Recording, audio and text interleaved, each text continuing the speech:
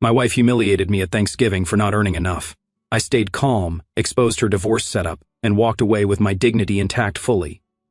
You know that feeling when you can sense something's off before anyone even speaks? That was the vibe hitting me the moment I stepped through the door. My wife had been unusually quiet during the drive over, which should have been my first red flag. Usually she would be chattering about who would be there, what gossip she had heard from her family, the usual pre-gathering commentary. Instead, she just stared out the passenger window with this weird little smirk on her face. The dining room was packed with the usual suspects: her parents, her divorced sister, her brother and his wife, plus a handful of cousins and their kids running around. Everyone was already seated when we arrived, which meant we were the center of attention as we found our spots at the overcrowded table. Dinner conversations started normal enough. Football scores, work updates, the kids' school activities. I was actually starting to relax, thinking maybe I had misread the atmosphere earlier. That is when my wife decided to detonate her little bomb. "You know what? I am thankful for this year," she announced loudly, cutting through a conversation about Black Friday shopping plans. The entire table went quiet, all eyes turning to her expectant face. I had a bad feeling about where this was heading, but I just took another bite of stuffing and waited.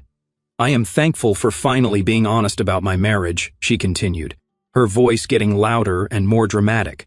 "I mean, why should I keep pretending everything is perfect when it is not?" Her mother shifted uncomfortably in her seat. "Honey, maybe this is not the time," but my wife was just getting started. She turned to look directly at me, her eyes gleaming with something that looked almost like excitement. "I am thankful that I can finally say what everyone has been thinking, that my husband here is a complete disappointment in every way. Bedroom and bank account." The silence that followed was deafening. Even the kids stopped talking. I could feel every pair of eyes at that table boring into me, waiting for my reaction. Some looked shocked, others embarrassed. A few seemed almost hungry for drama. I sat down my fork calmly, wiped my mouth with my napkin, and looked right back at her. "Fair assessment," I said with a slight nod.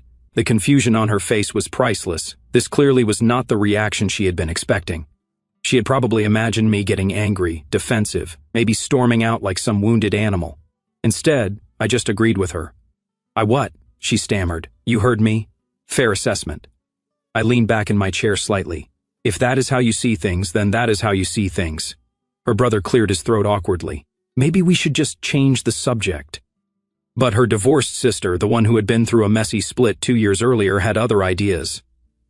She had been watching this whole exchange with increasing interest, and now she leaned forward with a sly smile. "Well, if you do not want him," she said to my wife, "I will take him. He sounds way better than my ex, who actually was useless. At least your husband shows up and pays his share of the bills." The look of pure shock that crossed my wife's face was something I will never forget. Her mouth actually fell open. This was definitely not part of whatever script she had been playing out in her head. "Excuse me," my wife snapped at her sister. "You heard me. You just announced to everyone that you do not appreciate what you have. I am just saying I would not mind having a man who is reliable and present instead of the deadbeat I was married to." The tension in the room cranked up about 10 notches. My wife's face was turning red. Her parents looked mortified, and I could see her brother trying to signal his wife to do something, anything to defuse the situation. I stood up slowly, placing my napkin on the table. "Well, this has been enlightening," I said, my voice perfectly calm. "Thanks for dinner. It was educational. Where are you going?" my wife demanded, her voice getting shrill. "Home. You ladies can figure out the details without me." As I walked toward the door, I could hear my wife starting to raise her voice at her sister. Something about boundaries and respect. Her sister fired right back about honesty and knowing what you have before you lose it. The argument escalated quickly, with other family members jumping in to take sides. I grabbed my jacket from the front closet while the chaos erupted behind me. Voices were getting louder, accusations were flying, and I heard something that sounded like a chair being pushed back forcefully. I walked out to my car with the sound of a full family meltdown echoing from inside the house. As I started the engine, I could see figures moving around frantically through the front window. My wife's voice was the loudest of all, though I could not make out the exact words anymore. The drive home was peaceful. 20 minutes of quiet road, no drama, no accusations, no performance. Just me, the radio playing some classic rock, and the realization that I had just watched my wife blow up her own family dinner for reasons I was only beginning to understand. What I did not know was that this was not really about my performance in any aspect of our marriage. This felt calculated, planned, like she had been building up to this moment for a while. The question was why? And more importantly, what was she planning to do next? The 20-minute drive home gave me plenty of time to think. No angry music, no aggressive driving, just steady cruise control and clear thinking. Funny how peaceful it feels when you finally stop pretending everything is fine. I pulled into our driveway, expecting an empty house, figuring she would stay behind to handle the family drama she had created. But her car was already there. She must have left right after I did, probably speeding the whole way home. I found her pacing in the living room like a caged animal, still in her Thanksgiving dress but with her heels kicked off in the middle of the floor. The moment I walked in, she whirled around to face me. "What was that supposed to mean?" she demanded. I hung up my jacket calmly. What was what supposed to mean? Do not play dumb with me, that whole fair assessment thing. You made me look like an idiot in front of my entire family. I actually laughed. I made you look like an idiot? Let me think about this. You stood up at Thanksgiving dinner and announced to everyone that your husband is a disappointment in bed and broke. But somehow I am the one who made you look bad? Her face flushed red. It was just, I did not mean for it to come out like that. I was just being honest about our problems. No, you were putting on a show. And when your sister called your bluff, you realized how it actually sounded to everyone else. She started pacing again, running her hands through her hair. My sister was completely out of line. She had no right to say what she said. Actually, she had every right. You put our marriage on the table for public discussion. She just responded to your invitation. That is not what I was doing. I sat down on the couch and looked at her steadily. Then what exactly were you doing? Because from where I was sitting, it looked like you were trying to humiliate me in front of your family. Mission accomplished, by the way. She stopped pacing and tried to switch tactics. Her voice got softer, almost pleading. Look, I know it came out wrong. I've just been frustrated lately, and I thought maybe if we could talk about our issues openly at Thanksgiving dinner, in front of your parents and the kids. Okay, maybe the timing was not great, but we do have problems, and we never talk about them. I leaned back and studied her face. What problems are we talking about specifically? She hesitated, like she was not expecting me to actually engage with the conversation. Well, we barely talk anymore. We are like roommates, and the intimacy issues. What intimacy issues? Be specific. Another hesitation. She was scrambling now, trying to justify her public outburst with actual complaints. We do not, it is not like it used to be. When did you last try to initiate anything? Silence. When did you last suggest we do something together? Go out? Stay in? Have an actual conversation about something other than bills or schedules? More silence. Here is what I think really happened tonight, I said, keeping my voice level. You have been building up some narrative in your head about our marriage, and tonight you decided to test it out on an audience. You wanted to see how it would play, get some validation for whatever you were planning next. Her eyes widened slightly. That is ridiculous. Is it? Because the woman I married would not have ambushed me like that. She would have talked to me first, privately like an adult. Tonight felt like a performance. She tried tears next. I just feel so disconnected from you. I do not know how to get through to you anymore. Disconnected? I work. I pay my share of everything. I show up when I am supposed to. What exactly am I not giving you that you need? It is not about money or showing up. It is about emotional connection. Okay, when is the last time you asked me about my day, my work, what I am thinking about? When is the last time you seemed genuinely interested in having a conversation that was not about something you needed me to do or fix or pay for? She opened and closed her mouth like she was trying to find an answer that did not exist. I have been watching this pattern for months, I continued. You treat me like a business partner when it is convenient, and a disappointment when you need someone to blame for whatever is missing in your life. Tonight, you just made it public. That is not fair. Fair? You want to talk about fair? Fair would have been talking to me about your concerns before announcing them to your family. Fair would have been treating me with basic respect in front of people who are supposed to care about both of us. She sat down heavily in the chair across from me, and I could see her trying to figure out her next move. The tears were not working. The justifications were not working, and I was not getting angry like she had probably expected. So what happens now? She asked quietly. Now you sleep in the guest room while I figure out what I want to do next. What you want to do? What is that supposed to mean? I stood up and headed toward the stairs. It means I am done pretending this is working when it is clearly not. You made that pretty obvious tonight. You cannot just make decisions like that without talking to me. I paused at the bottom of the stairs. Like you talked to me before deciding to air our private business at Thanksgiving dinner? She did not have an answer for that. The guest room has clean sheets, I said. I will see you in the morning. As I climbed the stairs, I could hear her starting to cry again.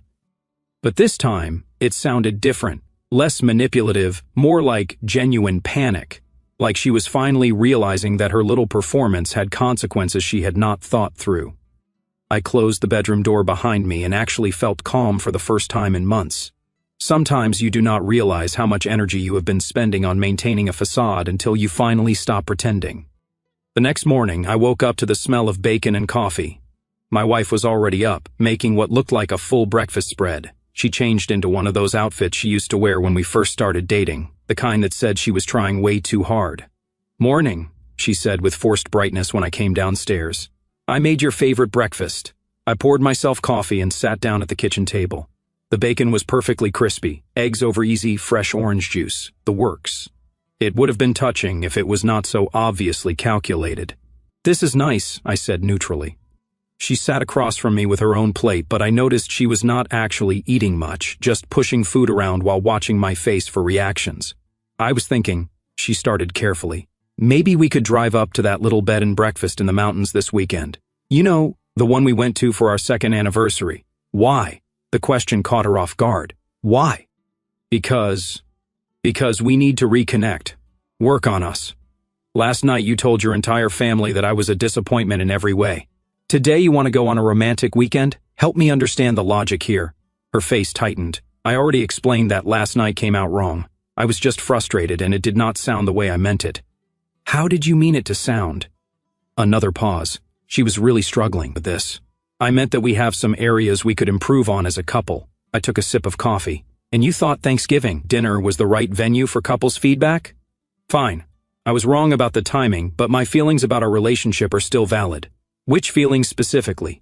She set down her fork with a little more force than necessary. "Why are you being so difficult about this?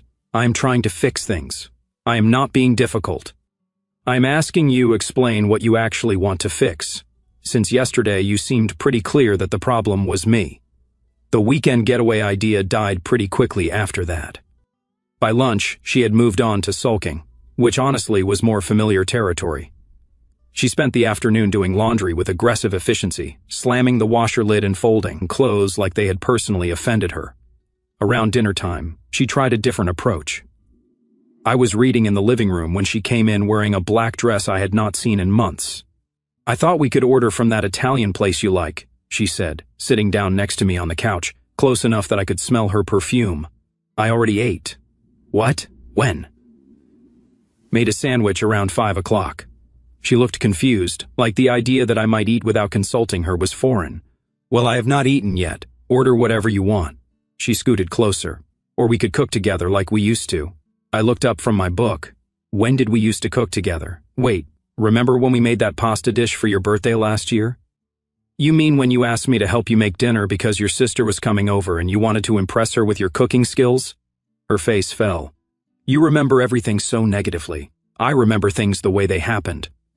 She tried physical contact next, putting her hand on my arm. "I miss us, the way we used to be. When was that exactly? Because the first am trying to remember the last time you seemed happy to see me when I came home from work.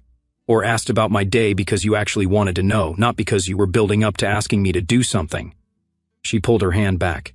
"I do care about your day. Yesterday was Tuesday. What happened at my work on Tuesday?" Silence. "Monday?" More silence. "What project am I working on right now?" She looked down at her hands. "You do not tell me about work stuff because every time I start to, you change the subject or start talking about something else. You have trained me not to bother." By Sunday, the attempts at seduction and reconciliation had turned into something else entirely. She was back to being angry, but this time it had a desperate edge to it. "This is ridiculous," she announced while I was making coffee Sunday morning. "You are being completely unreasonable." "How so?" "You are holding one bad moment against me forever. Everyone says things they do not mean when they are upset. What were you upset about exactly?" "Because you seemed pretty pleased with yourself when you said it." "I was not pleased. I was trying to get your attention by humiliating me in front of your family." "I was not trying to humiliate you. I was trying to get you to react, to show some emotion, to prove that you actually care about our marriage." I turned to face her. "So, your plan was to publicly attack me until I got upset enough to prove I loved you?" When she said it out loud like that, even she could hear how crazy it sounded. "You are twisting my words." I am repeating your words. Fine. Maybe it was not the best approach. But you have been so distant lately, so checked out. I felt invisible. Invisible? How? I am here every night. I pay my half of everything. I show up for family events. Even the ones where your mother spends the whole time passive-aggressively commenting on my career choices. Being physically present is not the same as being emotionally present. And being emotionally present means what exactly? Because if it means agreeing with everything you say and never having my own opinions about anything, then you are right. I have not been doing that. She started to cry again, but this time it felt different, less calculated, more frustrated. I do not know how to get through to you anymore, she said through tears. You could try talking to me like I am a person instead of a problem to be solved. I do talk to you. You talk at me. You tell me what you need me to do, what you need me to fix, what you are unhappy about. When is the last time you asked me what I wanted, what I was thinking about, what would make me happy? She wiped her eyes. I asked you what you want all the time. Name one time in the last month. Another silence. This is impossible, she said finally. You have already decided on the villain here. I have not decided anything. I am just not pretending that what happened Thursday night was okay, and I am not going to act like we can fix this with a weekend trip and some bacon. She looked at me with something that might have been real fear for the first time since this whole thing started. So, what does that mean? It means I am sleeping in the guest room until further notice. And it means you need to figure out what you actually want from this marriage, because whatever game you were playing Thursday night is not going to work anymore. The house felt different after that conversation, quieter, but not in a peaceful way. More like the quiet before a storm, when you know something bigger is coming, but you are not sure exactly what or when. The breaking point came Tuesday evening. I was in the kitchen making dinner when she walked in with that look on her face, the one that meant she had been building up to something all day. We need to talk, she announced. Okay. I kept stirring the pasta sauce. Talk, not like this. Sit down, this is serious. I turned off the burner and faced her. What is serious? She took a deep breath, like she was preparing for a performance. I cannot keep living like this. The tension, the hostility. You treating me like I am some kind of criminal. I am not treating you like anything. I'm just not pretending everything is normal. Everything could be normal if you just let it be. But you are determined to punish me forever for one mistake. What mistake exactly? Thursday night. I already apologized for that. I leaned against the counter. No, you explained why you did it. You justified it. You made excuses for it, but you never actually apologized. Her face reddened. Fine. I am sorry I embarrassed you at dinner there. Are you happy now? What are you sorry for specifically? I just told you, you are sorry you embarrassed me. Are you sorry you said it or just sorry about where you said it?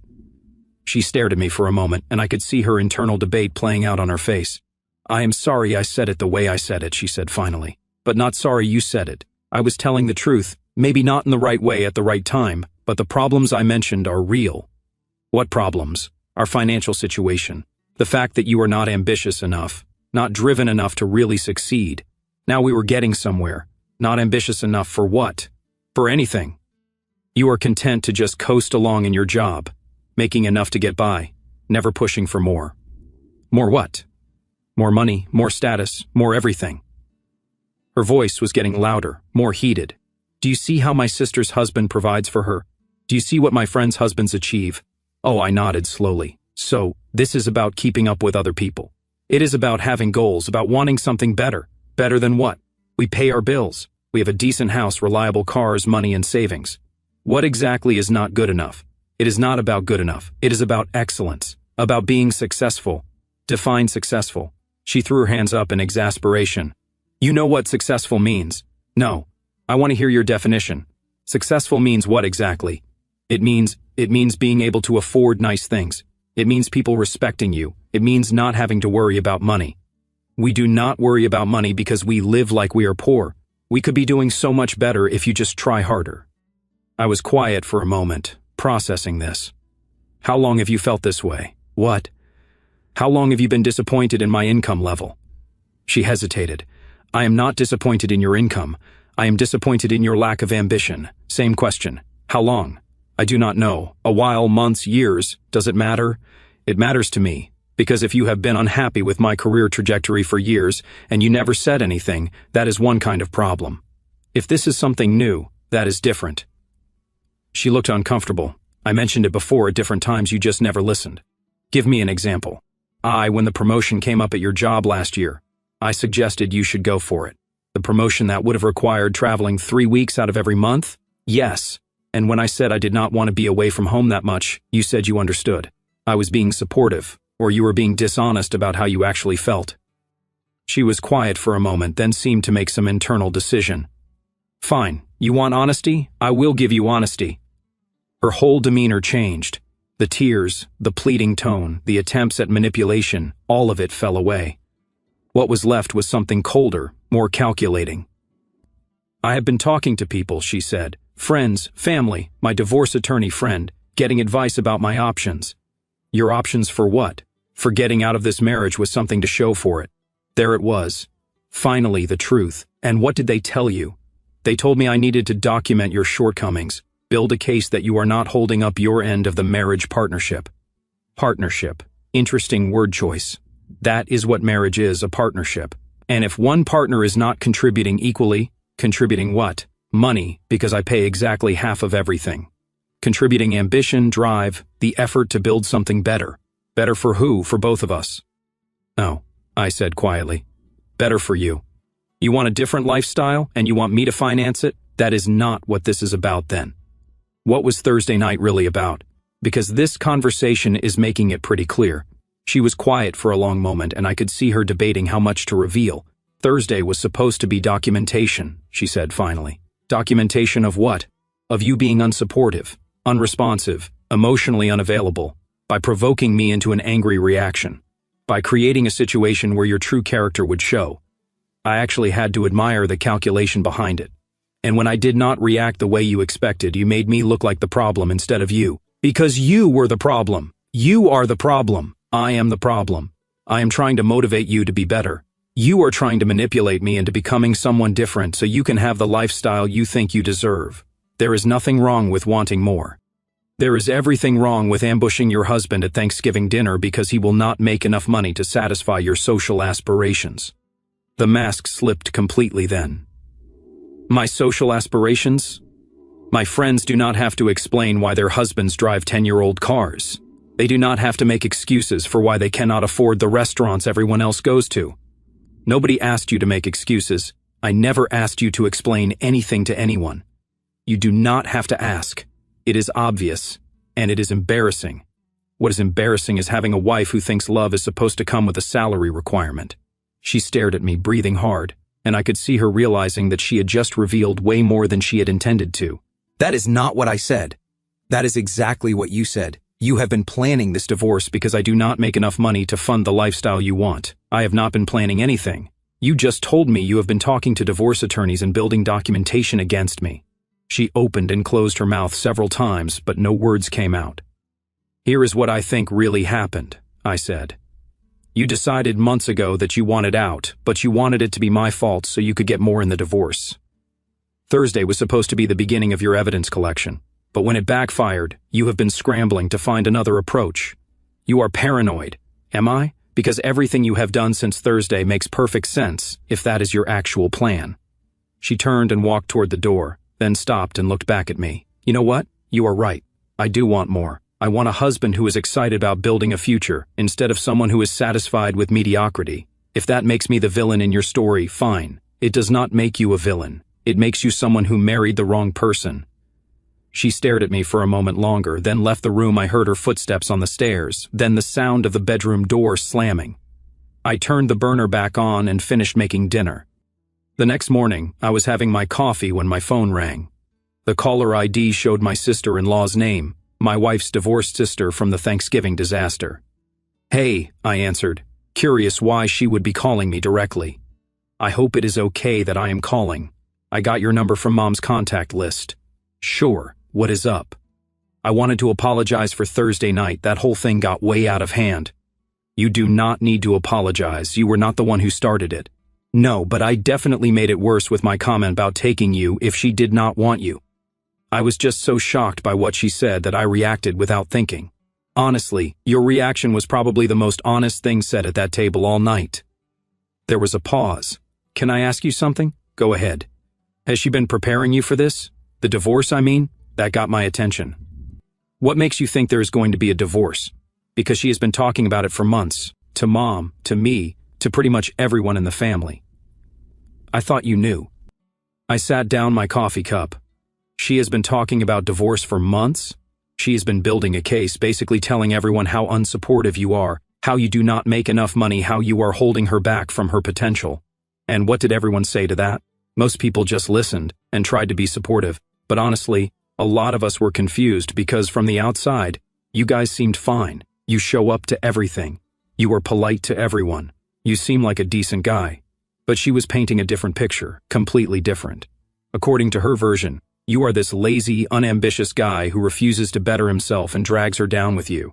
I was quiet, processing this information. The thing is, she continued, I went through a divorce 2 years ago, remember? So, I know what it looks like when someone is building a narrative to justify leaving. And that is exactly what she has been doing.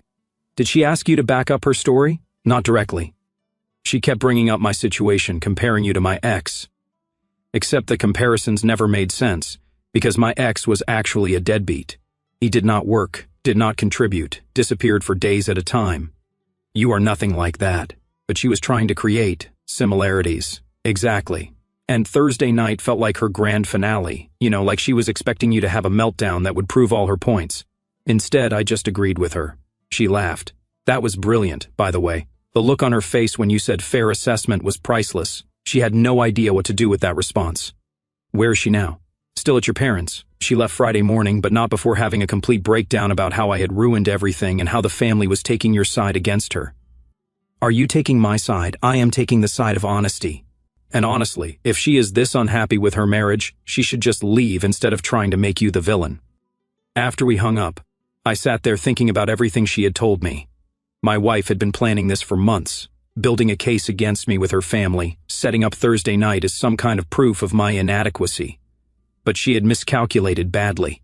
Instead of getting the angry defensive reaction she needed for her narrative, she had gotten calm agreement. Instead of family support for her victim story, she had gotten called out by her own sister. I was still thinking about this when my wife came downstairs. She looked like she had not slept much. We need to talk, she said. Okay. I have been thinking about what you said last night about me marrying the wrong person. And maybe you are right. Maybe we just want different things out of life. I nodded. Maybe we do. So, what do we do about it? I guess that depends on what you want to do about it. She sat down across from me at the kitchen table. I think we should consider a trial separation. A trial separation or an actual separation. What is the difference? A trial separation suggests we are trying to work things out. An actual separation suggests we are not. She was quiet for a moment. I do not know if we can work this out because I do not make enough money, because we have fundamentally different values about success and ambition. And by success and ambition, you mean money. I mean wanting to build something, wanting to grow, wanting more than just getting by. And you think I do not want those things, do you? I leaned back in my chair.